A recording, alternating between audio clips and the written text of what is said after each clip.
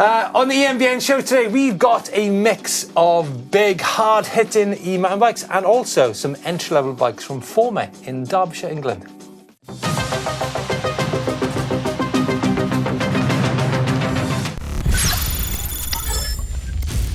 Welcome to this week's show. And Steve, you're looking pretty fresh. Have you just been down Tony and Guy or something? Bit of a funky hairstyle going on? What are you on about? I don't know. You've got a spike on the right hand side. What are you on about? Looking maybe you just got out of bed or something. Am I actually missing something here? Folks, YT Industries from Germany. Now, they are renowned for making some amazing bikes over the years. Who can forget the YT 2S, that downhill bike, which was available for, I think, around about €3,000 back in 2014, which went on to win the World Cup Downhill Series under Aaron Gwyn. And then they came out with such a fantastic enduro bike as the YT Capra, 160mm travel, and of course the Jeffsy. And then not so long ago, they launched the YT Decoy. Now, today the Decoy comes in two forms. It comes in a 29-inch wheel version, which is like an all-mountain bike, and they've got the YT Decoy MX, which is pretty full on, right? Definitely looks real cool, doesn't it? That deep purple colour. It's the biggest travel e-mountain bike to date. 165mm travel at the rear and 160 up front. 170 up front. 170 up front, yeah. But, you know, this bike is made for some nonsense, isn't it? Yeah. I mean, coil shock on the rear. I'm a big fan of Olin's, I have to say. Yeah. But yeah, I didn't think of that deep purple. It does look cool, I'm also a big deep purple fan as well. Ian Gillan, Richie Blackmore, Ian Pace. I'm sure you guys will know about all those guys. Motor-wise, it's got the EP8 motor on there. It's custom 540 watt-hour battery in there, which is slightly smaller, but again, it's not aimed for loads of miles. It's more of a gravity style bike. Do you know what? We've talked about this many times before. Having two 540s, I think, is fine. I mean, the thing when you've got larger batteries is they do occupy a huge amount of that down tube, and actually, when you've got large batteries in the down tube, you do need to have a different suspension setup on the bike. Definitely. But this bike, like you say, it's a gravity-orientated bike. It's a bike park bike. What I love about YT's range of e-bikes is that they've got a range of sizes there, from small up to XXL. Angles on this bike, Chris, 64 degree head angle, 23.5 kilos. It's carbon front triangle and an aluminium rear end. Actually, if you look at all the rest of the YT Decoy range, you've got some of them come with carbon front, aluminium rear. Some of them are carbon. The weights are all great on there, but two different bikes. The YT Decoy MX is a very different bike to the Decoy All Mountain because 29-inch wheels front and rear on that bike, don't forget. And I think price-wise for this bike, great looking bike, loads of quality kit on there, as we've mentioned, comes in at £6,399 for that build. So yeah, nice stuff. Yeah, now turning our attention to a few British-related products. We've got Burgtec have come out with a new range of chain rings and other things, but I can't see it because I haven't got my glasses on. Bullion gold, so it really matches that Öhlins like shocks and stuff. So if you've got any of that kit on you, this bullion gold components really make your bike look super bling. So head over to Burgtec to check out the latest lowdown. Is bullion not... What is bullion? Gold. I thought bullion was a colour anyway. Gold, isn't it, I think? Shouldn't it just be bullion colour, not bullion gold colour? Guys, what is bullion? But yeah, check those out, folks. Great pedals as well from Burgtec.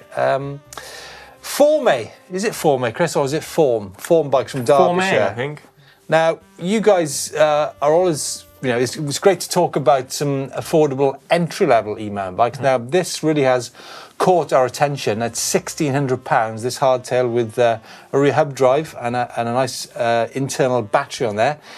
Great angles. Chris, do you think this is a good possibility, I think, for people new to e-mountain biking? Yeah, as you say, the angles and the kit on this bike, having an integrated battery on there, you've got that Bafang rear hub motor pumping out 45 newton meters of torque, got a quality fork up front, you've got hydraulic disc brakes on there. It pretty much ticks the boxes of like an entry-level off-road capable bike. We see a few bikes coming in at around £1,000, which are more suited to fire roads and a bit of tarmac, maybe a bit of light fire roads, but this thing out the box looks ready to actually ride in some off-road trails. No, I like it. I like it a lot. I guess the question some people might be asking is, why would you go for a £1,600 build like this with a rear hub drive when you might have seen on the channel a month ago we built our own e-mountain bike. We took a second-hand frame, which was almost new, 29-inch wheels, a Saracen frame, and then bolted a mid-drive Tongshen motor on there, and the whole build actually came in at about £700. So why would you spend £1,600 when you can build your own pretty much new for £700? I think it's more comes. I think the weatherproofing, the warranty. You've got that all in one package. Motor is weaturoof. I think it comes down. Bike shops, you know, you've got that warranty in place. I think so. It's peace of mind, isn't it? Yeah, for sure. And I guess, you know, not everybody can turn their hand to making all that stuff like Ray can in his workshop. I mean, good guys, Louis behind the camera fixed a new drive shaft on his van only yesterday.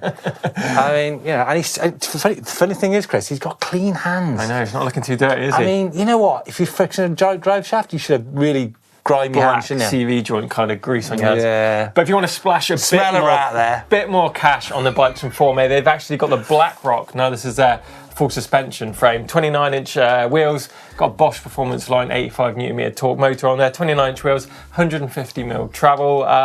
Looks great bike as well, Steve, doesn't it? Yeah, all great bikes. So there you go, folks. A good bit of news this week. Let's know your thoughts. Let's know your thoughts on the new YT Decoy MX in deep purple. I think they nailed it there. And like I said, it's in the more entry level with the Forme bikes.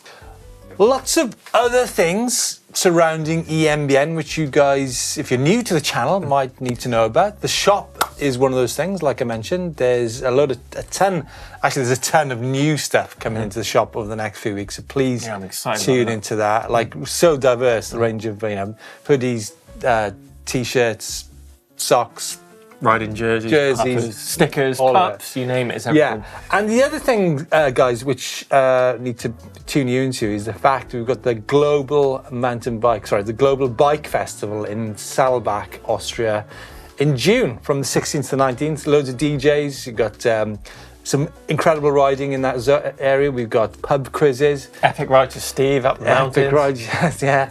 Epic nights as well. Epic nights out in the bar. With Steve.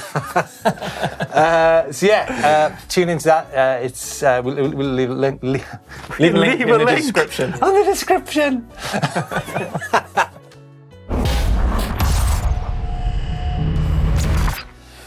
Coming up on the channel this week is actually, have you taken is my hair looking stupid? Fine as always. Just lower the hairline down a little bit. Look, that's impossible, isn't it? Anyway, coming up on the channel this week, we've got ways to make your e-mountain bike faster on Friday with Chris. On the weekend, the Don takes a Kenevo SL and puts it against the clock. Looking forward to that one. Yeah, and then on Monday, we've got a look into the whole subject of what exactly is peak power.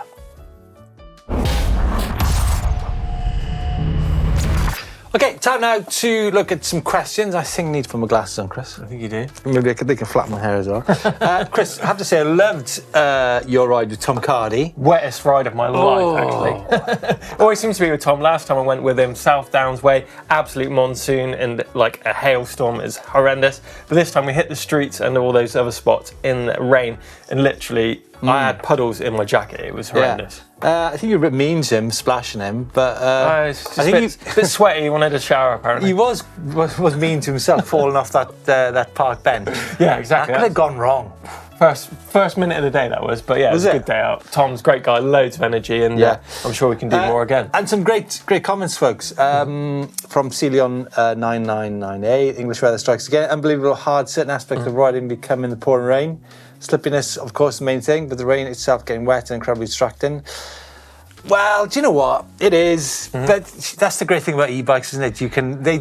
I think I'm less reluctant to go out in the rain than an e-mountain bike than on an old-fashioned bike. And I think the stuff we were actually riding, like if I was riding street on a hardtail, I'd be like, no way, I'm not doing it. But I think with a knobbly tyre, softer compound, bit of suspension, you can always compromise. You know, you can go and ride up a stair set, things like that. A bit more fun on the streets. But yeah, definitely. Yeah, and some great feedback from you guys about the very skill levels of Chris and Tom. Nice video, serious skills, watching the stair climb the SL. Not regretting my full power Levo. I mean the Levo SL is not everyone, but the Levo is for benefits. You gain in other areas. You lose out on some stuff, but yeah, I think the Kenevo SL is an absolute machine all round. To be fair. Yeah, and then one question for you, Chris, is from Matthew Fee is, does the neutral gears come with the bike or as additional parts? It is additional parts. If it was to come with a bike, it is quite lethal actually, because you can downshift onto that spacer, and of course you've got no forward drive, so essentially you could just go straight over the handlebars. But basically it's a load of spacers that you just put on your cassette and you shift down and onto it to go backwards, and shift up onto your cogs to go forwards. It's a bit of a sketchy one, and not much use, you know, to many riders out there, but a lot of fun definitely on the streets. Now this is a bike oiling stand from Jamie. What on earth? So this basically negates the need, well, for a stick. I mean, all you need to oil your chain is a stick or a nail to put in your chain ring, right? a nail. I'd probably use the muck-off thing that we put in our cranks with the soft bumper on but you need to spend money to oil your chain, and I mean, a bit of Treeby too. I mean, it's neat. It is cool. You knocked it up. I think it's like good. It. I do like it, and I think again, if you're working on your bike, like doing servicing your gears, working on your brakes, things like that. What's that? Yeah. Servicing. Yeah, exactly. But I think if you want to get that back wheel off the ground, be able to crank those pedals round, this is pretty cool actually. For not a lot of cash, if you've got a load of spare wood around, why you don't need a load of spare wood. There's probably about 6 foot maximum of 3B2 there. I hope it's screwed there. I hope you're not nailed that together. Nice, good work. But if you've got anything, any tech stuff that you've built, send it in to us using the upload service, and the details for that are down in the description. Oot in the boot, where have you guys been the last few weeks? Looks like people have been all over the world.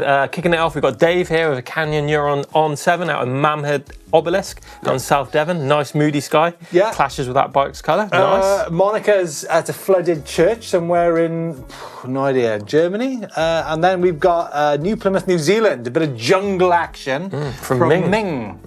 That's cool, isn't it? It is, nice little, looks like tropical there. Lastly, we've got Johnny here. He's got a cube stereo out in Johnny. Betsy Coed. Betsy Coed, Johnny, that's beautiful. That's Llyn, begins with B, doesn't it? It'll come back to me in a minute. Gwydir Ma, no? Yeah, it'll come back to me in a minute. We rode the Gwydir, the Marin Trail, yeah, great part of the world. 63-year-old getting on. Lovely shots. Good. Love the inspiration that you give everyone with the rides you do. Please keep them coming, and the upload link is down below.